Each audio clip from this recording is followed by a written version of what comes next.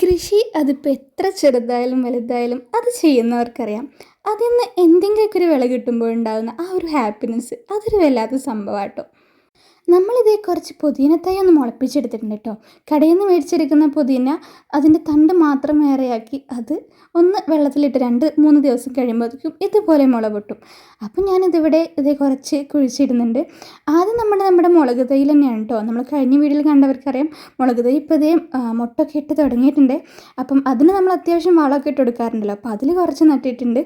പിന്നെ ഒരു ട്രേയിലും കുറച്ച് നട്ടിട്ടുണ്ട് കേട്ടോ. അപ്പോൾ ചെറുതായിട്ടൊക്കെ ഇങ്ങനെ തലപ്പ് പൊടിഞ്ഞു തുടങ്ങിയതാണ്.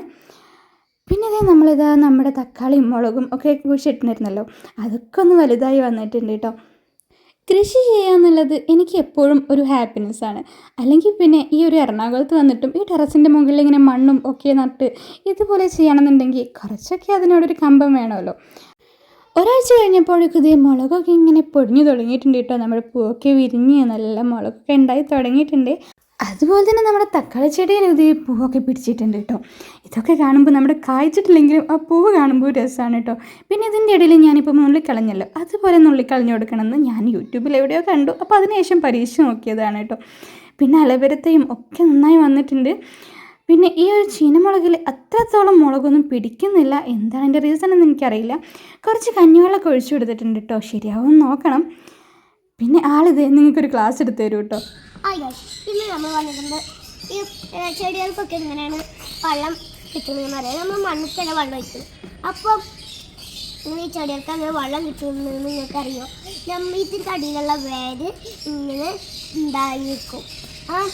നിങ്ങൾ പറിച്ചപ്പോൾ ഇങ്ങനെ ഓരോ സാധനങ്ങൾ വെള്ള കളറിൽ കണ്ടിട്ടില്ലേ, അതാണ് വേര്.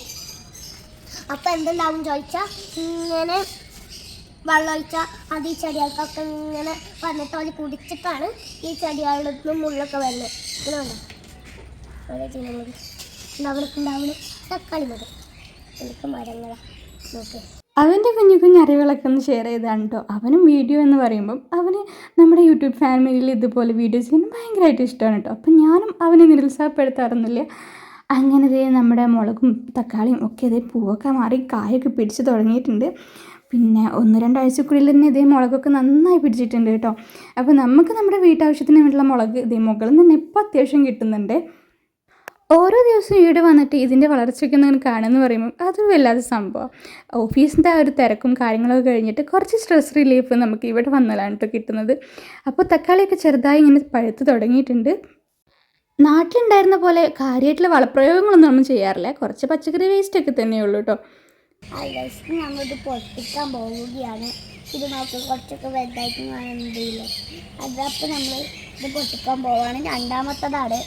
ജയ്യൂന് തക്കാളി പച്ചക്ക് കഴിക്കുന്നത് ഭയങ്കരമായിട്ട് ഇഷ്ടമാണ്. പക്ഷെ എനിക്ക് കടയിൽ നിന്നൊക്കെ മേടിക്കുന്ന തക്കാളി ഇതുപോലെ കൊടുക്കുമ്പോൾ എനിക്ക് എന്തോ ഒരു വിഷമം തോന്നാറുണ്ട്. പക്ഷെ ഇത് അവൻ ആസ്വദിച്ച് കഴിക്കുന്നുണ്ട്.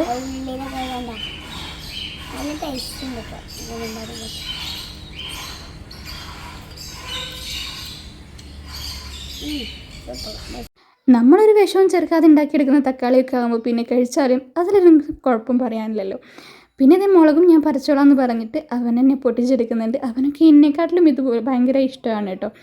അപ്പം നമ്മൾ ചെയ്യുമ്പോൾ തന്നെയാണല്ലോ അവർക്കും ഇഷ്ടമായി തുടങ്ങുന്നത്. അപ്പോൾ ഇത്രയൊക്കെയുള്ളൂ നമ്മുടെ വീഡിയോ. ഇഷ്ടമായ ചാനലൊന്ന് ലൈക്ക് ചെയ്യാനും സബ്സ്ക്രൈബ് ചെയ്യാനും മറക്കല്ലേ കേട്ടോ. വീണ്ടും ഇതുപോലത്തെ വീഡിയോസായിട്ട് വരാം. Okay, by.